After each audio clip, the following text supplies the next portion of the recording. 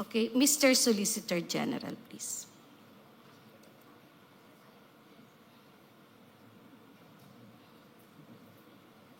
Good afternoon, Your Honors. Yes, good afternoon, Mr. Solicitor General.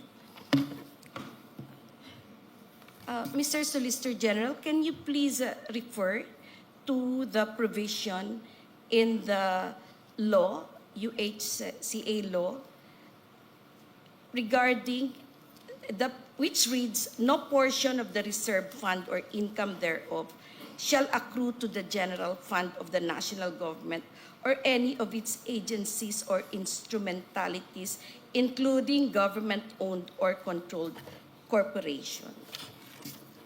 Yes, Your Honor. Okay.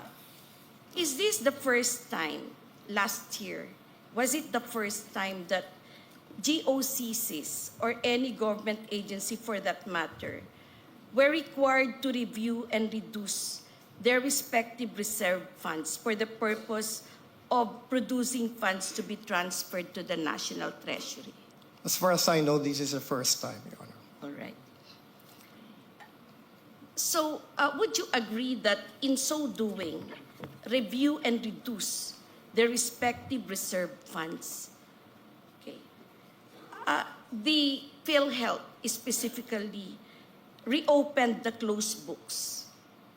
Its closed books in 2021, 2022, and 2023. Your Honor, I am not really very sure about the technical meaning of reopening one's books. But as far as I know, based on that provision of the special provision 1D, Chapter 43, on the unprogrammed appropriations, what is simply required is for the GOCCs to review and reduce to a reasonable level their reserve funds on the basis of their historical disbursements over the past few years, 3 years to be more specific. Yes, Mr. So it's a matter of Solicitor General. simply looking at the data pertaining to their annual disbursements for 2021, 2022, and 2023. All right. And because of this review, the PhilHealth was able to reduce its reserve funds for these 3 years. And it is those funds that the PhilHealth transferred to the Bureau of Treasury. No, Your Honor. They computed the reasonable amount of reserves based on actual disbursements for the past 3 years. And the remainder is the one that was used as basis for determining the amount to be remitted back to the National Treasury. So do you mean to say, Mr. Solicitor General, that for 2021, there was an excess reserve funds? Excess of reserve funds? Funds, yes. I would say that, excess of reserve funds in relation to what, Your Honor? Reserve funds are specifically earmarked to answer or cover payments Yes, of Your the Honor. claims of beneficiaries. And if there is an excess, to fund programs that will ultimately reduce the financial responsibilities of the beneficiaries. And third, if there's still excess in the excess, to invest the same. So, Mr. Solicitor General, in 2021, was there excess reserve funds? Your Honor, if we are going by the definition of reserve fund under Section 11 of the Universal Health Care Act, that reserve fund is determined by the actuarial computation. Yes, Mr. Solicitor General, I have no quarrel with that. My point is, was there excess funds in 2021 coming from the reserve funds of PhilHealth. Yes, the answer to that question is yes, Your and Honor. Section 11 tells PhilHealth what to do with the excess funds. Exactly, Your Doesn't Honor. it?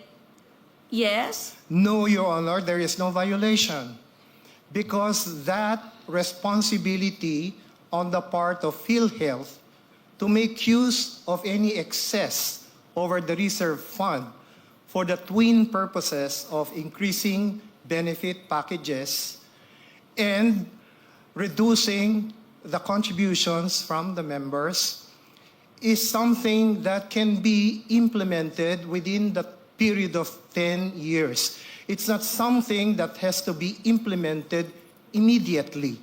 So in other words, even if we have that special provision 1D, it does not mean that the obligations of PhilHealth to spend the excess over its reserve fund has been abandoned because that is something that can be complied with at some future time. It's At a some 10-year future time. It's a 10-year period of Yes, implementation, Your and Honor.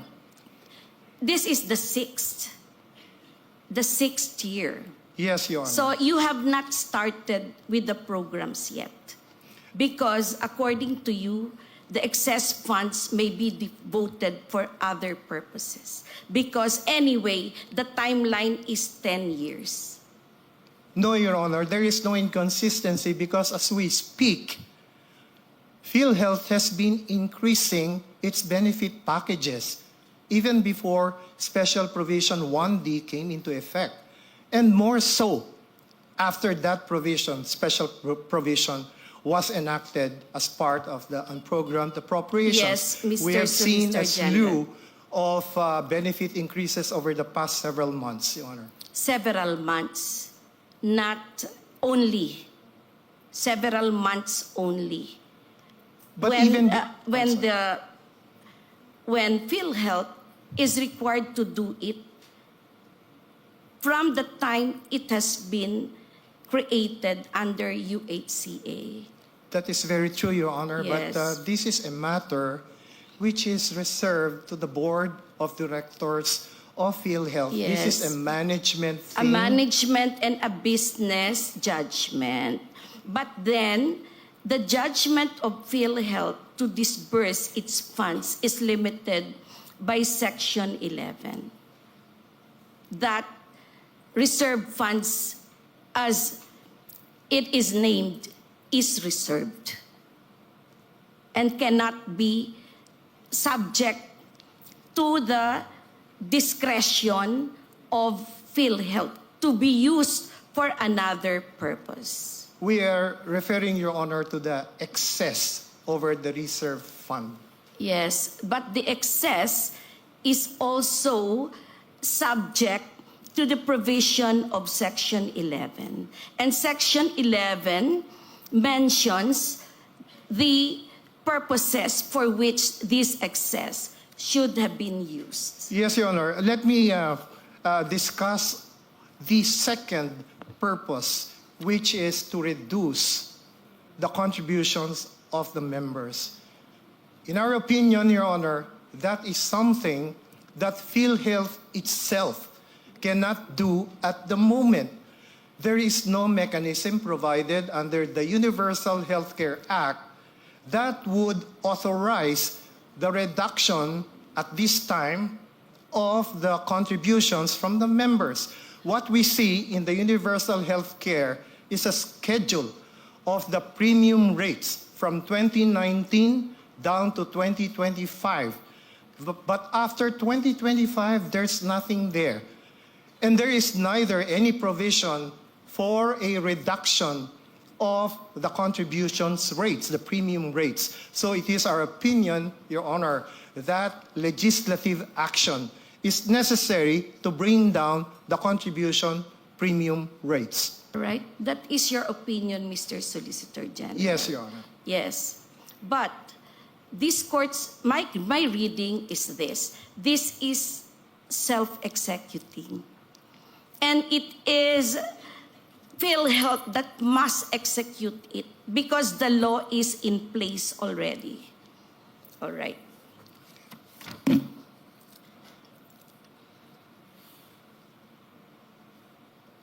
All right.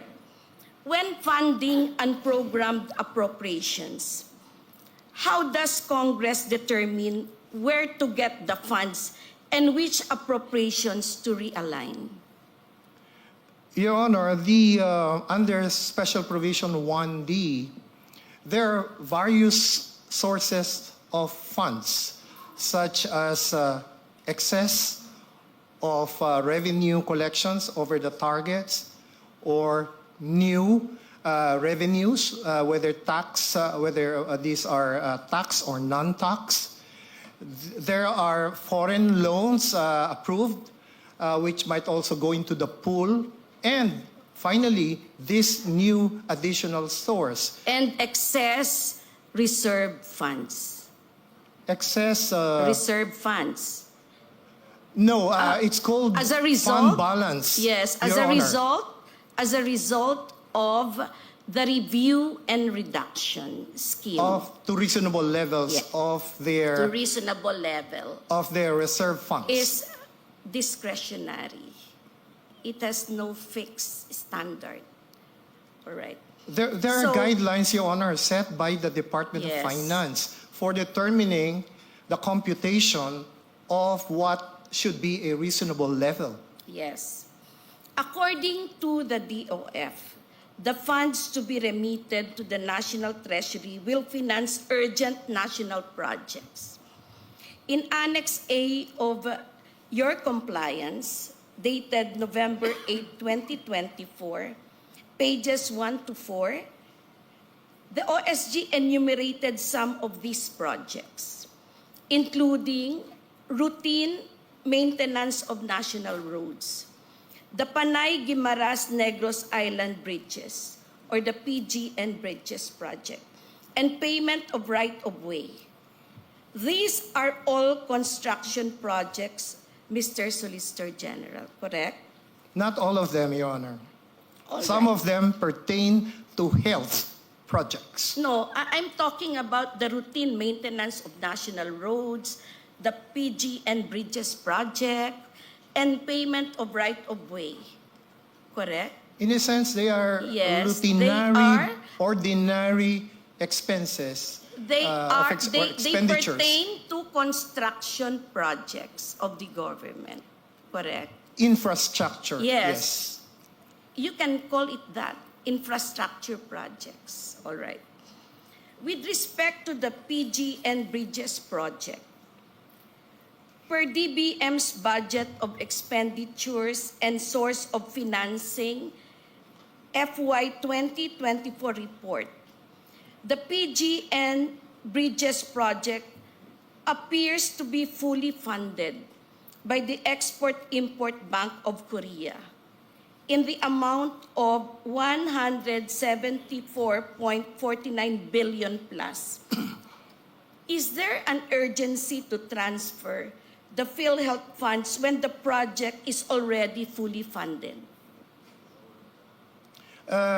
Your Honor, this is a matter really of delving into the wisdom of the legislature in allocating funds. Yes. So while funding a project that is already fully funded under the category of unprogrammed funds. I didn't quite get the Programs. question, Yes. Your Honor. Pardon me. Yes.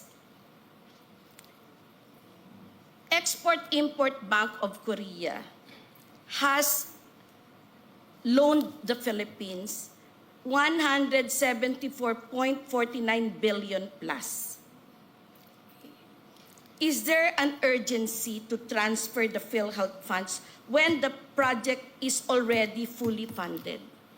Your Honor, I think one consideration by the Congress in doing so is a determination of when a project is already implementable. So if a project that has already been identified and sufficiently funded is considered to be non-implementable for the given fiscal year, then I think it is the decision of the Congress in the exercise of its policy or wisdom, so to speak, to move it to the unprogrammed appropriations in the meantime. Yes, all right. So, has the government moved this amount to the unprogrammed funds of the government? There are so... This sorry, Your Honor. Export-Import Bank of Korea loan, has the government moved it to unprogrammed funds? We will have to check on Yes, that. please check on that. Yes, whether that has been actually transferred only or removed altogether. Yes. Because there were certain removals made by the Congress in the proposed infrastructure or other projects How of the can government. the government have removed this when it is a loan specifically for that purpose? It is something that can be deferred, Your Honor, even Yes, if it's what funded. is the reason for deferring it? Your Honor, I cannot speculate on the Correct. reasons of the I go congressman. now, yes, to my next question. Has the government spent even a single centavo from that loan, considering that the project has not even started? Well, there is nothing to spend for if the project has not even started, Your So Honor. where is the money? The money went presumably to the National Treasury for the purpose of using it for projects and programs under the unprogrammed So we have appropriations. unused funds for the project, and yet we still got money from PhilHealth to supplement this fund that has been unused for years. Not automatically, Your Honor, because even if the funds, even if the sources of funds under special provision number 1 of the unprogrammed appropriations is already there and is ready to be used for the projects under the unprogrammed appropriations, it is still a question of whether the implementing agency is ready to implement that project. So if the implementing agency does not think that it can implement such a project within the given year, then it will not ask for any allocation under the Yes. unprogrammed appropriations. Yes, but aside from the foreign funding from Korea for this project, in 2022, there was additional funding from the GAA for this project in the amount of 50 million in 2022. In 2023, another 57 million. This is over and above the Korea Export-Import Bank of Korea loan. Where did this money go when the project has not even started? We will check on that, Your Honor, because that is a very specific project which we have not really examined. Yes, we're please looking do at that. the totality of all the projects that were defunded or where the allocations have been reduced, and or some projects that had actually been removed from the programmed appropriations under the NEP, and which may have found themselves in the unprogrammed appropriations. Yes, Mr. Solicitor General. And based on the special allotment release order, the use of funds for the PGN Bridge project is released on a quarterly basis, showing that the payment of funds is done in phases.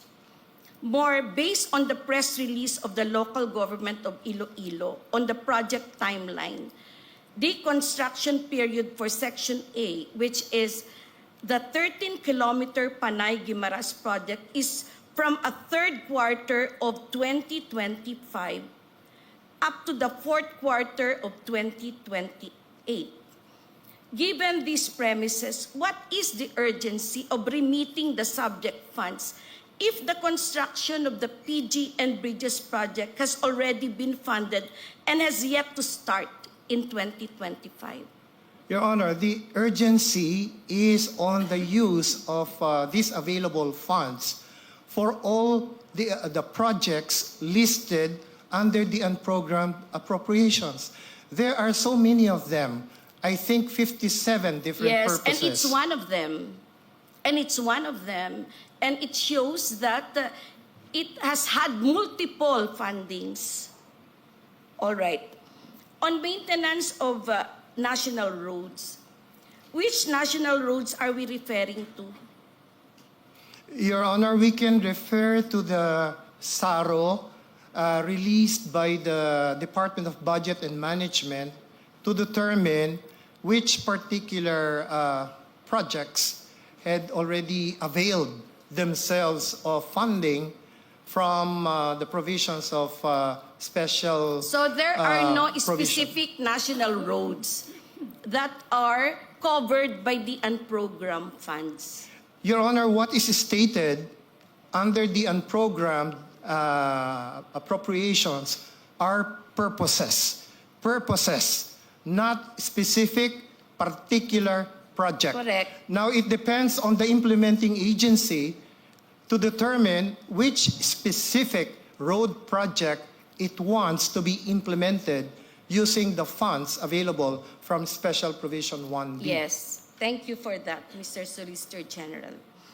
In the 2024 GAA, there is already an appropriation for the maintenance of national roads under its special road fund of 15 million, 1.6 billion under maintenance, repair, and rehabilitation of infrastructure facilities and other related activities, routing maintenance of national roads, and 463 million under maintenance, repair, and rehabilitation of infrastructure facilities and other related activities, routing maintenance of national bridges, all under the DPWH budget.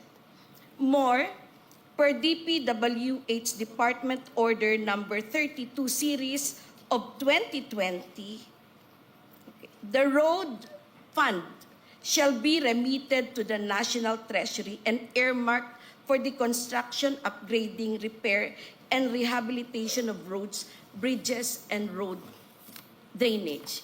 Perhaps each one of us pays the road tax each time we renew our licenses or we register our cars. Considering all these fundings, why is there a need to get additional funds from PhilHealth for the same road maintenance under the category of unprogrammed appropriations? Your Honor, as I have explained earlier, during the deliberations of the budget, on the budget by the Congress, they determine whether some or a few or several of the projects identified by the proponent agency are something that can be implemented within the given fiscal year. So I cannot speculate, but I can only think of the reason that they may remove some of these specific projects identified in their belief that they cannot be implemented anyway or can wait until some future time, and therefore they remove them from the programmed appropriations. Programmed appropriations, what I understand is this. There are already programmed appropriations, but in addition, unprogrammed funds were also sourced out from GOCCs. PhilHealth is one of them. So here's maintenance for roads, national roads, that carry both programmed funds and unprogrammed funds. All right. Now, let's go to the payment of right-of-way. Of course, as Solicitor General, you wouldn't know how many properties the government is projecting to pay for, right? Yes, Your Honor. But under the 2024 GAA, DPWH was granted 2.5 billion for payment of right of way. So why is there a need to tap PhilHealth funds for payment of right of way? Your Honor, let me just clarify that we are not referring solely to PhilHealth funds. I mean, the remainder of... Correct. We are referring to a pool Yes, of funds. I'm aware of that, Mr. Solicitor General. But it is a fact that money was taken, billions, in fact, 89 billion, although a little was restrained by the government, by the Supreme Court. So that's the fact that billions of pesos were taken from the reserve funds of PhilHealth. What? For the construction of a bridge that has not even started and that has been funded many times over? And a right of way that is already funded by millions, by billions, and then maintenance of the roads that is already funded by billions under the GAA. Your Honor, under the purposes listed under unprogrammed appropriations, the biggest chunk goes to social projects, including health projects. And as a matter of fact, as of December of 2024, the total amount of 46 billion pesos, thereabouts, more or less, had been devoted under the unprogrammed appropriations for social, more particularly health projects, such as the regional hospitals of the Department of Health, and most importantly, Your Honor, for the payment of the long overdue health emergency allowances of medical workers who were supposed to be paid during the pandemic, but whose payment had been substantially delayed. So the very first payment made out of the unprogrammed appropriations went to the payment of the health emergency allowances of nurses and other medical workers. But there is an overlap between this general purpose for unprogrammed funds on one hand and the special purpose for which PhilHealth funds have been constituted. Right. Now, the other projects funded from the GOCCs, including PhilHealth, include management and supervision of comprehensive peace process, payment of personnel benefits, priority social programs for health, social welfare and development, higher education, and technical and vocational education, revised AFP modernization program, pension and gratuity fund, financial subsidy for purchase of photovoltaic mainstreaming for rural electrification. Now, may I ask, which comprehensive peace process does this refer to?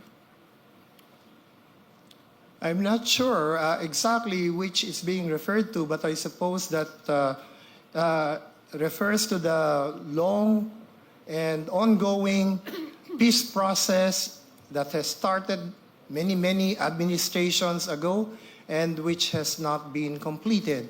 So I suppose this includes the peace process involving our brothers in southern Mindanao. Yes, but like the other programs, under the unprogrammed appropriations, the 2024 GAA already has an item under the Office of the Presidential Advisor on Peace, Reconciliation, and Unity for this purpose, which is 459 million plus.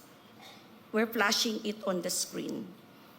What is the need for additional 688 million plus budget under the unprogrammed appropriations? Is the peace process part of the mandate of PhilHealth?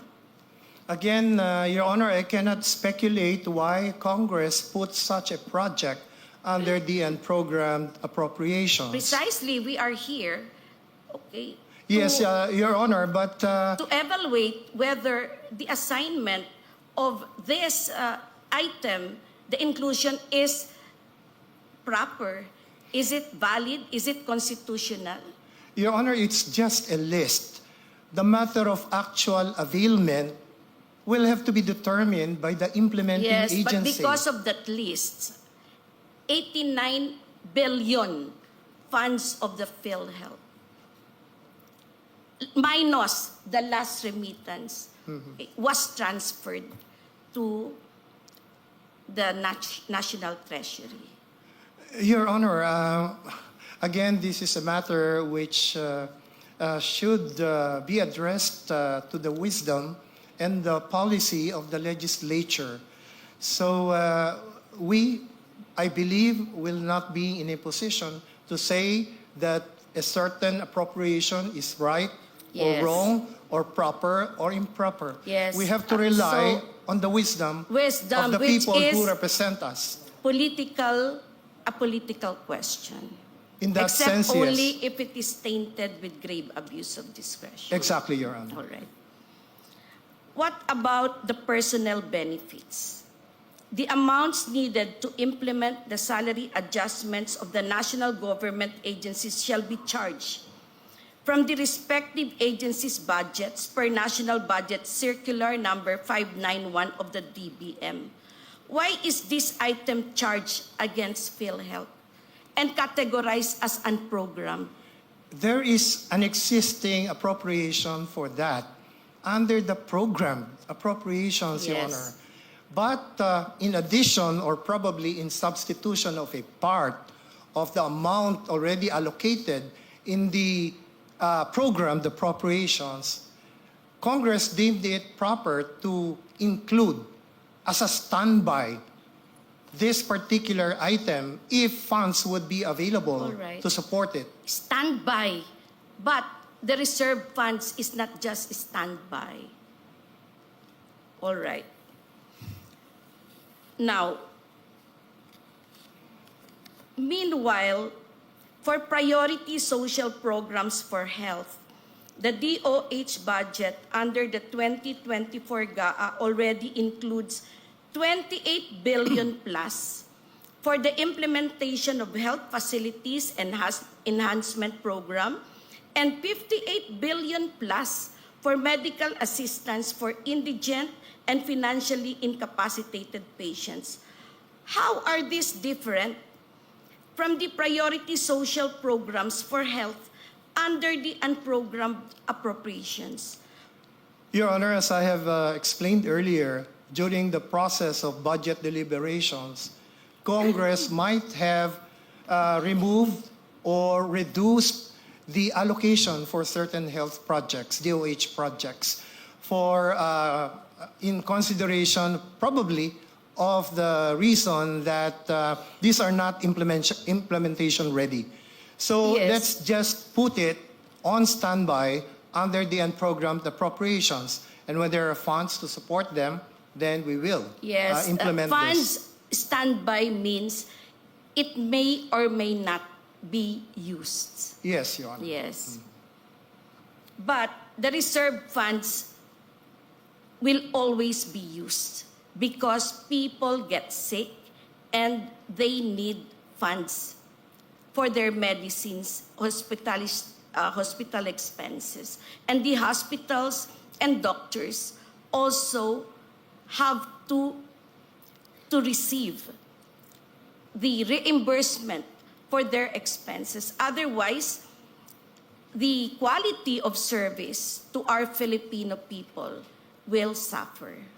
Your Honor, that expense is taken care of by the accumulated income of the PhilHealth, its corporate operating budget, and in addition, its reserve funds. So Yes. all of these expenditures, Your Honor, have already been considered and taken into account before PhilHealth determined what was its fund Yes. balance. Yes, Mr. Solicitor General. But the DOF circular specifically mentions reserve funds. Fund balance, Your Honor, not reserve fund. And that is what you use later. But what is in the circular itself? Fund balance, Okay. not reserve fund. Yes, fund balance, reserve funds. We can call it another name. Yeah, but it is our Yes. position that they are different concepts, Your Honor. Fund balance from where? From the accumulated benefits. No, fund balance we're speaking in terms of the general application of DOF Circular 003-2024. That circular does not refer only to PhilHealth, Yes. but to all GOCCs. Correct. But we're talking here how it affected PhilHealth. In the case of PhilHealth, Your Honor, there was this directive by the Congress in the exercise of its legislative powers and its power to appropriate to review and reduce PhilHealth's reserve fund on the basis of its historical Correct. expenses. So we're speaking the of reserve remainder- funds. We're speaking of reserve funds. Yes, Your Honor. Yes. But it's the remainder. The remainder ones- of the reserve funds. Then we go back to Section 11. All right. Anyway, thank you for that. My last question is this. For the AFP modernization program, based on research, 25 billion was allotted for this under the 2020 GAA, 27 billion under the 2021 GAA, 29 billion and 50 million under the 2022 GAA. But no similar item under the 2023 and 2024 GAAs. Yet, Republic Act number 10349 extended the AFP modernization program for another 15 years. That is until 2027. In short, this expense is predictable. So why was it placed under the unprogrammed appropriations in 2023 and 2024 GAA? Again, Your Honor, we cannot speculate Yes. on the reasons, The wisdom. on the wisdom of Congress in postponing or deferring certain And expenditures. reclassifying these funds, though predictable, from programmed to unprogrammed. All right. Mr. Solicitor General, thank you. You have all my respect. Thank you, Your Honor. You may go back to your seat. Thank Thank you. you. So for petitioners,